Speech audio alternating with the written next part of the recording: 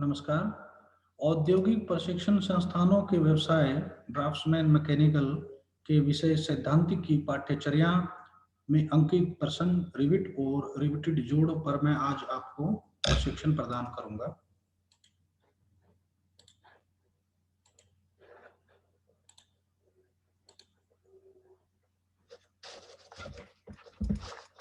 आइए सबसे पहले हम रिविट के परिचय के बारे में जानते हैं। रिविट एक बेलनाकार छड़ है जिसके सिरे पर हेड बना होता है और तथा शेष भाग को हम शंक कहते हैं। शंक का अंत सिरा टेपर वाला होता है जिसे रिविट को रिविट छिद्र में आसानी से डाला जा सके। अब जो देखेंगे तो ये रिविट के ऊपर जो है हेड बना हुआ है, हम इसे शीर्ष बोलते हैं, रिविट हेड, और ये पीछे वाले भाग को हम शंक कहते हैं। ये शंक है, इधर देखेंगे तो ये रिविट हेड है और ये जो है शंक है। तो शंक वाला भाग थोड़ा टेपर होता है ताकि आसानी से जो छिद्र है प्लेटों के अंदर छिद्र करके आसानी से डाला जा सके। रिविट सामान्यतः जो है कार्बन स्टील की, पिटवा लोहा की, अलॉय मिश्र धातु की बनाई जाती है। जब दो प्लेटों के मध्य स्थायी जोड़ बनाना होता है तब रिविट जोड़ सबसे अच्छा स्थायी जोड़ माना जाता है। जैसे स्टील की संरचना, गार्डर, स्टीम बॉयलर तथा पानी जहाजों के रिविट जोड़ सबसे अच्छे माने जाते हैं। अब हम देखेंगे कि रिविटिंग का प्रोसेस जो है वो किस प्रकार से होता है। दो प्लेटों को संरेखित करके गर्म रिविट छेद में डाल देते हैं। फिर रिविट सेट के द्वारा रिविट की टेल या पूंछ वाले पार्ट को हेड जैसे बनाकर छिद्र में बंद कर दिया जाता है और ठंडे होने पर दोनों शीर्ष के मध्य प्लेट अच्छे तरीके से जुड़ बना लेती है। आप यहाँ देखेंगे कि ये दो प्लेटें हैं, प्लेट 1 जो ऊपर वाली है और प्लेट जो है वो नीचे वाली है। दोनों प्लेटों के बीच में छेद करके ये हमने रिविट डाल दी है। ये रिविट है जो आपको ऑरेंज कलर में देख रहे हैं, ये नीचे इसका हेड है। ऊपर वाले टेल वाले पोर्शन पे जो है वो ये डोली बार लगा करके ये ऊपर से हैमरिंग करके इसको रिविट के अंदर डाल दिया जाता है और फिर हैमरिंग के द्वारा जो है इसको हेड को, टेल वाले पोर्शन को भी जो है हेड जैसा बना दिया जाता है। जैसा कि आप नंबर 4 में देख रहे हैं कि अब ये जो टेल वाला पोर्शन है पूरी तरह से हेड का बन चुका है। इसी तरह नीचे देखेंगे, ये प्लेट 1 है, ये प्लेट 2 है, प्लेट 1, प्लेट 2, और ये नीचे जो है ये रिविट डाल दी है, पूरी रिविट है। ये रिविट का ये हेड है और टेल वाले हिस्से पे जो डाई के द्वारा जो है प्रेशराइज करके इसको पूरे को हेड बना देते हैं। यहाँ पे देखेंगे आप इस वाले चित्र में कि ये भी हिस्सा जो है हेड बन चुका है और ये हिस्सा पहले से हेड बना हुआ था। तो इस प्रकार से हम जो है रिविटिंग की प्रोसेस की प्रक्रिया को पूरा करते हैं। बॉयलर रिविटिंग में रिसाव से बचाने के लिए चित्र में दर्शाए अनुसार डोली बार पर हथौड़ी की चोट से टेपर शंक वाले भाग को शीर्ष जैसा बनाकर उसे दाबित कर दिया था। जैसा कि अभी हमने किया कि पीछे वाला हिस्सा भी जो है वो इसको हेड जैसा बना देता है। इसका उपयोग हम डोली बार के लिए करते हैं। ये डोली बार है, डोली बार से इसको प्रेशराइज करके और ऊपर से हैमरिंग करके इसको हम शीर्ष का, इसका भी जो पीछे वाला हिस्सा है उसको भी हम हेड जैसा बना देते हैं। अब हम आते हैं रिविट के प्रकार में। रिविट जो है वो है कई प्रकार की होती है। इसमें एक आती है बॉयलर रिविट, जो कि आप चित्र में देख रहे हैं। ये बॉयलर रिविट लगी हुई है, अलग अलग तरह की रिविट इसमें दिख रहे हैं आप, गोल गोल, ये बॉयलर रिविट लगी हुई है। फिर है शीत फोर्जित ठोस इस्पात रिविट गर्म बंधन के लिए, इसको हम बोलते हैं cold forged solid steel rivet for hot closing. फिर आती है गर्म फोर्जित रिविट गर्म बंधन के लिए, इसको हम बोलते हैं hot forged rivet for hot closing. फिर आती है शीत फोर्जित रिविट शीत बंधन के लिए, इसको बोलते हैं cold forged rivet for cold closing. एक रिविट है अलॉय रिविट, एक है ठोस छिद्र वाली नालीदार व अर्धनालीदार रिविट, और सामान्य प्रयोजन में लाई जाने वाली बाइफर्केटेड रिविट। रिविट का वर्गीकरण। अब हम रिविट के वर्गीकरण के बारे में जानेंगे, किस प्रकार से उसको वर्गीकृत किया जाता है। रिविट के वर्गीकरण के लिए बॉयलर रिविट, संरचनात्मक रिविट, सामान्य कार्यों के लिए छोटी रिविट, पानी के जहाज आदि के लिए बनाने की रिविट, और हवाई जहाज बनाने की रिविट। अब इसको हम, रिविट ठंडी अथवा गर्म फोर्जिंग के द्वारा बनाई जाती है। ठंडी रिविट को पर्याप्त रूप से उष्मा उपचारित किया जाता है, फिर जिसे ठंडी अवस्था में फोर्ज करने पर उत्पन्न बलों को दूर किया जा सके। तो ये प्रोसेस समझेंगे हम क्या है। ठंडी या गर्म फोर्जिंग के द्वारा बनाई जाती है रिविट, तो उसके अंदर प्रतिबल उत्पन्न हो जाते हैं। प्रतिबलों को हम जो है स्ट्रेस भी हम कहते हैं। तो वो स्ट्रेस जो है उसकी लाइफ को खत्म कर देती है। स्ट्रेस को दूर करने के लिए हम उसे उष्मा उपचारित कर देते हैं और उसके बाद धीरे धीरे ठंडा होने दिया जाता है। इससे क्या होता है कि जब रिविट को बनाया जाता है उसके अंदर प्रतिबल या स्ट्रेस उत्पन्न हो जाते हैं, वह उत्पन्न जो है वह स्ट्रेस जो उत्पन्न होते हैं वो खत्म हो जाते हैं। तो रिविट जो है विभिन्न लंबाइयों में उपलब्ध होती है और इनके लंबाई की आवश्यकता से इसको रखा जाता है। बॉयलर रिविट, तो जो भी वर्गीकरण हमने देखा था वो बॉयलर रिविट में देखा था। बॉयलर रिविट का जो पहला प्रकार था वर्गीकरण का, बॉयलर रिविट के बारे में जानेंगे। बॉयलर रिविट विभिन्न आकार में उपलब्ध होती है जिनका व्यास 12 से 48 mm तक का होता है और लंबाई जो है व्यास से लगभग 5 गुना के आसपास होती है। आप देखेंगे ये बॉयलर रिविट है, इसको स्नैप हेड है, पेन हेड है, पेन हेड विद टेपर है। आप देखोगे ये जिस तरह की अगर शेप है तो ये पेन हेड में है, ये है, ये स्नैप हेड है। पेन हेड विद थोड़ी सी टेपर कर दिया तो ये पेन हेड है। उसके बाद जो है ये राउंड कॉर्नर संक हेड है, यहाँ पे जो है इसका 60 डिग्री पे संक दिया हुआ है। फ्लैट कॉर्नर संक 60 डिग्री पे, तो ये फ्लैट हो गया इसका हिस्सा। और फ्लैट हेड, ये पूरी तरह से फ्लैट हेड और अलग अलग इसकी डायमेंशंस हैं। इनकी जो है 1.6D है, ये D है। तो अलग अलग तरह की बॉयलर रिविट है। 12 से 48 mm तक के व्यास में इसको उपयोग किए जाते हैं। यह निम्न कार्बन जो है लो कार्बन स्टील की और पिटवा लोहा से बनाई जाती है और बॉयलर में रिसाव रोकने के लिए रिविट की नेक पर 60 डिग्री का जो है चैम्फर काटा जाता है। जैसे यहाँ पे 60 डिग्री का चैम्फर है, यहाँ भी थोड़ा सा चैम्फर है। तो ये जो है बॉयलर में रिसाव को रोकने के लिए काटा जाता है। उसके बाद है संरचनात्मक कार्यों के लिए रिविट। संरचनात्मक कार्यों के लिए इसका उपयोग जो है रिविट का पुल, बड़ी इमारतों, मोबाइल टावर, जैसे कि आप देख रहे हैं यहाँ पे ये पुल में इसका उपयोग किया गया है रिविट का। ये सारी रिविट्स ही लगाई गई हैं, इसमें किया जाता है। गार्डर व एंगल जोड़ने के लिए, जैसे कि यहाँ दिखाया हुआ ये गार्डर जो है इसके ऊपर रिविट का इस्तेमाल किया गया, इनको जोड़ने के लिए इस्तेमाल किया जाता है। इसका जो शंख है रिविट का, इसका जो शंख लगभग 12 से 50 mm होता है संरचनात्मक कार्य वाली रिविट का। इसका सामान्य उपयोग में आने वाली रिविट का व्यास 12 से 36 mm रखा जाता है। कम व्यास वाली सामान्य कार्य रिविट जैसे अलोह धातुएं, अल्युमिनियम, तांबा या पीतल की बनाई जाती है और इनका व्यास जो है वो 1.6, 2, 2.6, 4, 6 वैसे mm तक का होता है और लंबाई 2 से 24 mm तक की। तो इस प्रकार की जो रिविट है वो संरचनात्मक या सामान्य कार्य के रिविट में आती है। अब हम रिविट का निर्दिष्टीकरण के बारे में जानेंगे कि किस प्रकार से रिविट का निर्दिष्टीकरण किया जाता है। रिविट का निर्दिष्टीकरण निम्न प्रकार से किया जाता है। रिविट अगर आपने धातु, विभिन्न तरह की धातु, कहाँ पर आप किस तरह की रिविट इस्तेमाल कर रहे हैं, धातु पे उसका निर्दिष्टीकरण होता है कि आप लो कार्बन स्टील की रिविट इस्तेमाल कर रहे हैं या माइल्ड स्टील की कर रहे हैं या कॉपर की कर रहे हैं, एल्युमिनियम की रिविट इस्तेमाल कर रहे हैं। तो विभिन्न विभिन्न प्रकार की धातुओं के अनुसार भी उसका निर्दिष्टीकरण हम करते हैं। लंबाई के अनुसार भी उसका निर्दिष्टीकरण किया जाता है। जैसे अगर प्लेट की मोटाई ज्यादा होगी तो ज्यादा लंबी रिविट का इस्तेमाल करेंगे, प्लेट की मोटाई कम होगी तो कम लंबी रिविट का इस्तेमाल करेंगे। रिविट का आकार, जैसा कि हमने पीछे देखा था, स्नैप हेड रिविट थी या फ्लैट हेड रिविट थी, पेन हेड रिविट थी। तो इसके आकार के अनुसार भी जो है हम रिविट का निर्दिष्टीकरण करते हैं।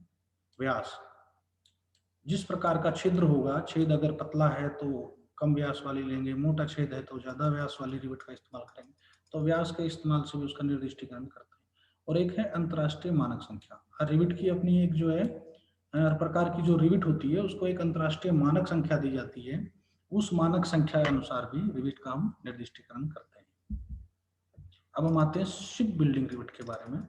शिप बिल्डिंग रिविट की जो व्यास है वो 16 से 33 mm तक का जो है होता है और 3 mm अंतराल में रिविट की लंबाई जो है 27 से 180 mm तक की रिविट। यहाँ देख रहे हैं कि काफी मोटी 16 mm से 33 mm तक की रिविट है और लगभग 27 mm से 180 mm तक की लंबी जो है ये रिविट है।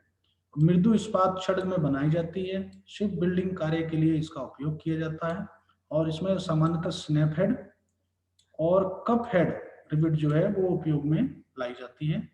जिस कार्य में बाहर की तरफ बना प्रक्षेपित रिविट की आवश्यकता होती है और काउंटर शंख शीर्ष रिविट में कार्य ली जाती है। तो इसमें काफी बड़ी और काफी मोटी रिविट जो है शिप बिल्डिंग में उपयोग की जाती है। रिविट के व्यास का चयन, हम रिविट के व्यास का जो है चयन कैसे करेंगे? रिविट जोड़ लगाने के लिए रिविट का व्यास जो कि ये स्मॉल डी से जो है इसको छोटे डी से अंकित किया जाता है और उसमें जोड़ी जाने वाली प्लेट की जो मोटाई है वो टी से इसका उपयोग किया जाता है के अनुपात में इसका रिविट का जो है होता है। इसका अनुपात जो है वो टी, अगर यदि प्लेट की मोटाई mm में है तो इसका अनुपात जो है वो d बराबर में 6√t, यहाँ पे जो है ये 6 रूट जो है वो t है, ये थोड़ा गलत है, 6√t के अनुपात में जो है इस तरह से लिया जाता है यदि mm में है। इसी प्रकार से अगर इंच में है मोटाई तो d बराबर में 1.2 रूट t का जो है हम सूत्र के हिसाब से इसका हम निकाल सकते हैं, d की वैल्यू निकाल सकते हैं। तो यहाँ नीचे टेबल दी हुई है, इसी सूत्र से अगर यदि प्लेटों की मोटाई 8 mm है तो 17 mm व्यास हो जाएगा। अगर हम इसी सूत्र से निकालेंगे 9 mm है तो 18 हो जाएगा, 10 है तो 19 हो जाएगा, 11 है तो 20 हो जाएगा, 12 है तो 21 हो जाएगा। इस प्रकार से हम प्लेटों की मोटाई निकालेंगे तो उसी प्रकार से हम सूत्र से हमें रिविट का व्यास भी हमें चयन करना होगा। यहाँ चित्र में आप देखेंगे तो ये रिविट का डायामीटर है, तो ये निकालने के लिए हमें प्लेट की मोटाई पे जो है अनुपात में लेना पड़ेगा। अब हम जो है रिविटेड जोड़ में प्रयोग होने वाली परिभाषाओं के बारे में जानेंगे। रिविटेड जोड़ में प्रयोग होने वाली परिभाषाएं निम्न प्रकार से हैं। पहले ये पिच, यह एक ही अक्ष पे लगने वाले दो रिविट के केंद्र के बीच की दूरी होता है और ये सामान्यतः P बराबर में 3D के बराबर होता है, जहां D का मतलब है रिविट का व्यास। ये रिविट का व्यास है D, और आप देखेंगे कि ये अक्ष है रिविट का, इस अक्ष में एक रिविट ये है और दूसरी रिविट ये है।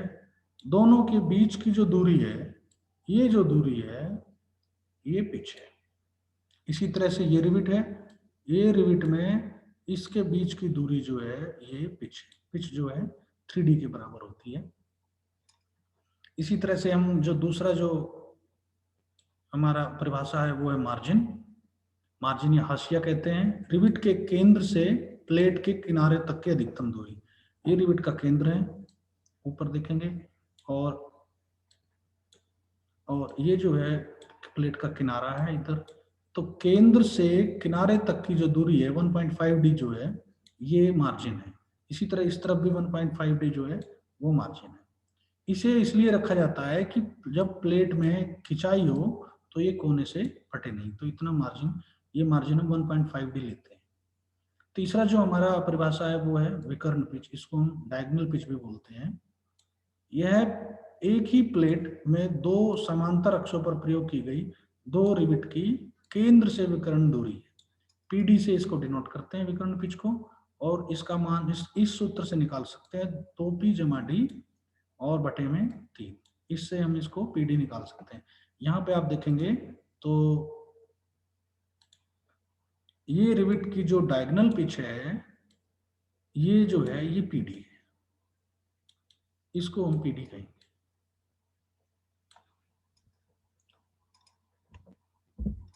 नेक्स्ट जो है अब हम रिविटेड जोड़ के बारे में जानेंगे। रिविटेड जोड़ जो है वो दो प्रकार से हैं, एक है चढ़ाव जोड़ और दूसरा है टक्कर जोड़। चढ़ाव जोड़ को हम लैप जॉइंट भी बोलते हैं और टक्कर जोड़ को हम बट जॉइंट भी बोलते हैं। अब हम लैप जॉइंट के बारे में जानेंगे कि चढ़ाव जोड़ क्या होता है। जब दो प्लेटों को एक दूसरे के ऊपर चढ़ाकर और दोनों प्लेटों में छेद करके रिविट द्वारा जोड़ दिया जाता है तो इसे हम चढ़ाव या लैप जोड़ बोलते हैं। इस विधि में प्रयोग किए गए रिविटेड जोड़ों को क्रमानुसार प्रदर्शित किया जाता है। आप देखेंगे इधर कि ये प्लेट एक है, ये प्लेट दो है, ये एक दूसरे के ऊपर जो है रखी गई है, बीच में रिविट डाली गई है और ये रिविट डाल दी इसमें। और आप इसका जो ऊपर का प्लान देखेंगे तो ये एक प्लेट है, ये प्लेट दो है और इसमें बीच में रिविट की एक जो है रो डाल दी गई है। तो ये जो है इसको हम बोलेंगे सिंगल रिविटेड लैप जॉइंट। ये सिंगल रिविटेड लैप जॉइंट है। ऐसे सिंगल रिविटेड लैप जॉइंट में वृत्त का जो व्यास है वो डी बराबर में 6 रोटी, जो भी पीछे हमने जाना था, ये रिविट का व्यास है। अधिकतम जो पिच है वो पी बराबर में 3d होती है, ये पिच अभी हमने जानी थी। और मार्जिन जो है वो 1.5d।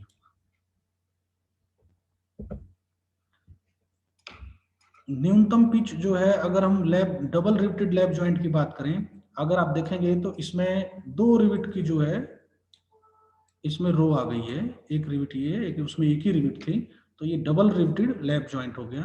तो इसमें जो है अगर डबल रिविटेड लैप जॉइंट में अगर आप चेन रिविटिंग यूज कर रहे हैं, यहाँ रिविटिंग है, ये गलती से मीटिंग है, चेन रिविटिंग यूज कर रहे हैं, तो जो रॉ पिच होगा वो लगभग 0.8 पी होगा। अब यहाँ पे हम रॉ पिच जानते हैं क्या है।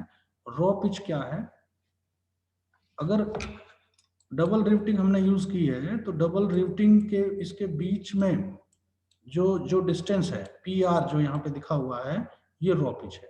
तो रॉ पिच की जो मान होगा वो 0.8 पी होगा इसकी वैल्यू, अगर हम चेन रिविटिंग इस्तेमाल कर रहे हैं। चेन मतलब बिल्कुल जिस तरह से ये रिविटिंग है, सिंपल है बिल्कुल, हाँ उसी रूप में है, इसमें कोई पैटर्न नहीं है, सिंपल पैटर्न है, तो ये चेन रिविटिंग कहलाएगी।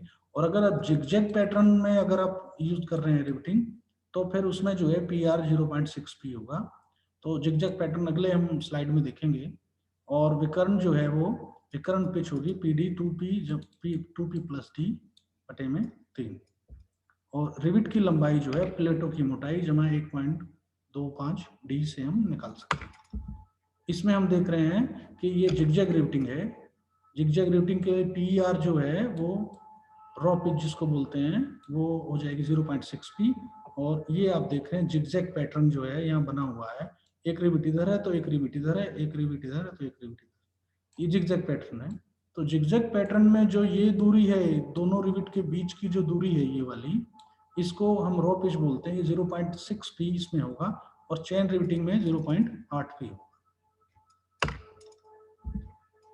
अगला जो ज्वाइंट है हमारा, जिसको हम टक्कर जोड़ बोलते हैं, बट ज्वाइंट भी बोलते हैं, इन जोड़ों को निम्न प्रकार से प्रदर्शित किया जाता है। अधिकतर बहुत बड़ी संरचनाओं में जिगजैग रिविटिंग का उपयोग होता है या डायमंड रिविटिंग के रूप में इसको की जाती है।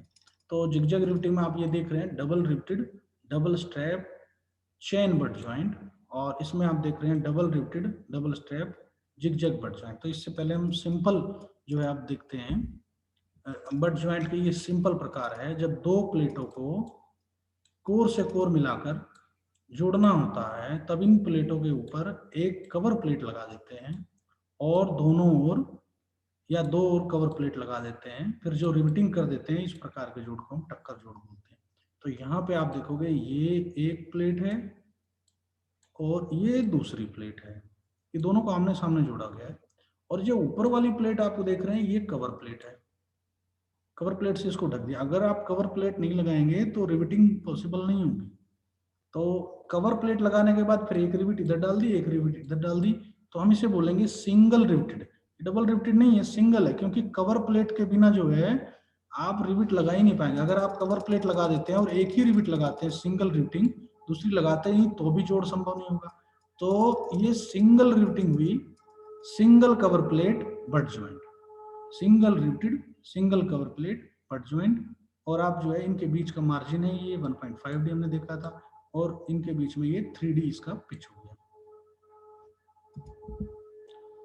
इसी प्रकार से जो अभी पीछे हमने बात की, ये double riveted double strap chain but joint. अब अगर आप इसमें देखेंगे तो ये जो है ये एक प्लेट हो गई, ये होगी दूसरी प्लेट, ऊपर वाली जो है ये कवर प्लेट एक, ये कवर प्लेट दो यानी कि डबल कवर डबल स्ट्रैप हो गया ये, और डबल रिविटिंग यानी कि इस तरफ अगर आप देखोगे तो इस प्लेट के इस तरफ दो रिविटिंग है और इस प्लेट के इस तरफ दो रिविटिंग। तो डबल रिविटिंग डबल स्ट्रैप क्योंकि दो कवर प्लेट है, और चेन है क्योंकि ये सिंपल प्रक्रिया में की गई है रिविटिंग, तो ये चेन रिविटिंग है, तो इसलिए इसे double riveted double strap chain but joint बोलेंगे। नेक्स्ट में आप देखोगे तो इसमें भी ये प्लेट एक है, ये प्लेट दूसरी आमने सामने, इसके ऊपर एक सिंगल कवर प्लेट है और ये जो है इसके नीचे ये दूसरी cover plate, double cover plate, तो इसका मतलब ये डबल स्ट्रैप हो गई। और देखोगे इधर भी दो तरह की रिवेटिंग है, इधर भी डबल रिवेटिंग है, तो डबल रिवेटेड डबल स्ट्रैप, जैसे कि ये भी थी, ये वाला चित्र भी डबल रिवेटेड डबल स्ट्रैप, लेकिन इसमें जिगजैग है। जिगजैग आप देख रहे हैं कि ये जो रिवेटिंग है वो जिगजैग पैटर्न में की गई है, तो ये double riveted double strap zigzag but joint होगी। अब हम जानेंगे कोकिंग और फुल रिंग। कोकिंग और फुल रिंग क्या होता है? भाप या पानी के बॉयलर अथवा टैंकरों में अधिक दाब के कारण रिविट छिद्र या जोड़ पर से रिसाव होने की संभावना रहती है।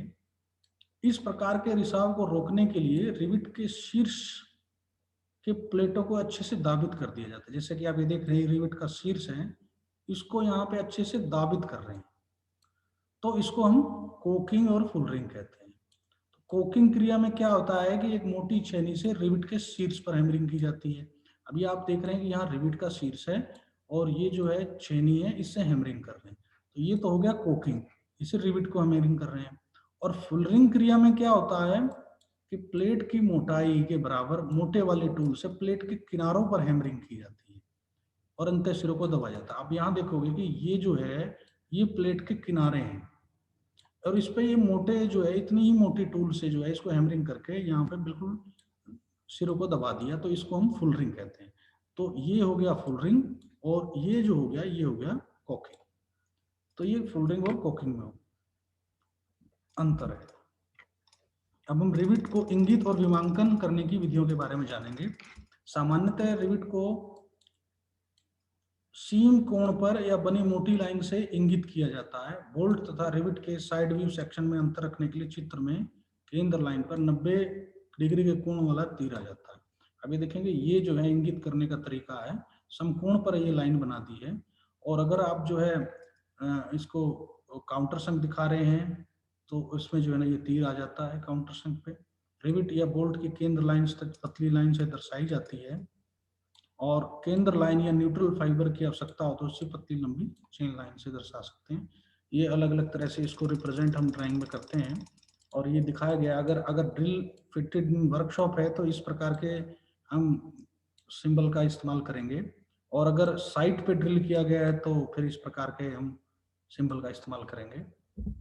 इसी प्रकार से यहाँ दिखाया गया है कि फिटेड इन वर्कशॉप है, वर्कशॉप में फिटेड किया गया है तो इसका उपयोग करेंगे, साइट पे फिटेड किया है तो इस प्रकार का उपयोग करेंगे। और वे fitted on site and drilled on the site, drill पे किया गया है इसे साइट पे, तो इस प्रकार के हम सिंबल का इस्तेमाल करेंगे। रिवेटेड जोड़ में खराबी के निम्न कारण होते हैं। अब हम खराबी के जो है कारण जानेंगे। रिवेट क्षेत्र पर्याप्त दूरी पर करने चाहिए। जैसा कि आप देख रहे हैं कि एक रिवेट यहाँ एक यहाँ, अगर ये पर्याप्त दूरी पर नहीं होंगी तो शीट जो है बीच में से ऐसे क्रैक आ सकती है, फट सकती है, जिससे जोड़ जो है ढीला हो जाएगा और बेकार हो सकता है। तो इस प्रकार जो है हमें इसका ध्यान रखना चाहिए कि पर्याप्त दूरी में हो। दूसरा, रिवेट छिद्र जो है जॉब के किनारे पर नहीं करने चाहिए। अब देख रहे हैं कि ये जो छिद्र है ये जो छिद्र है यहाँ पे ये जॉब के किनारे पे किया गया है, तो किनारे पे क्या है, अगर हम रिविट करेंगे तो ये भी किनारे के प्लेटों का जो है फटने का भय बना रहेगा। इसी प्रकार रिविट की मोटाई जो है जॉब के छिद्र के अनुरूप होनी चाहिए। जैसा जॉब का छेद है उसी प्रकार से रिविट, वरना रिविट ढीली हो सकती है और ढीले जोड़ में रिविट जो है फट सकती है। तो इस प्रकार से जो है रिविट के जोड़ में खराबी के ये निम्न कारण होते हैं। अब हम रिविट में जोड़ की दक्षता के बारे में जानेंगे। रिविटिंग ऑपरेशन सरल और मजबूत व अच्छी हो, इसके लिए रिविट का उचित चुनाव करना बहुत ही आवश्यक है। उचित चुनाव पर ही रिविटिंग निर्भर करती है। रिविट का चुनाव सामान्यतः रिविट की जाने वाली शीट या प्लेट पर निर्भर करता है। अच्छी दक्षता वाली रिविट जोड़ बनाने के लिए सूत्रों का उपयोग किया जाता है। ये कुछ सूत्र हैं कि रिविट का व्यास, रिविट की लंबाई जो है प्लेट की संख्या गुना प्लेट की मोटाई और जमा 1.5 रिविट का व्यास। मार्जिन जो है वो 1.5 गुना रिविट के व्यास के बराबर हो। अधिकतम पिच जो है वो रिविट के व्यास के बराबर हो। न्यूनतम पिच जो है वो रिवेट का व्यास, उसमें 30 mm और जोड़ लीजिए, न्यूनतम पिच सकते हैं। रिवेट पंक्तियों के मध्य की दूरी जो है वो 2 गुना रिवेट का व्यास और 6 mm, ये चेन रिवेटिंग के लिए।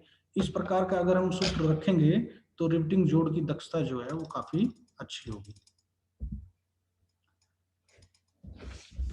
आज मैंने आपको रिवेट और रिवेटेड जोड़ के बारे में परिचय,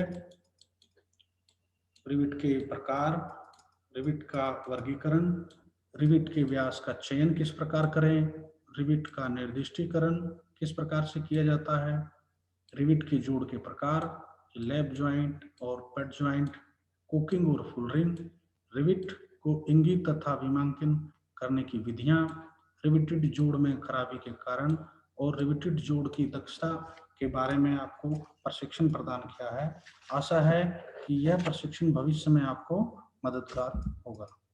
धन्यवाद।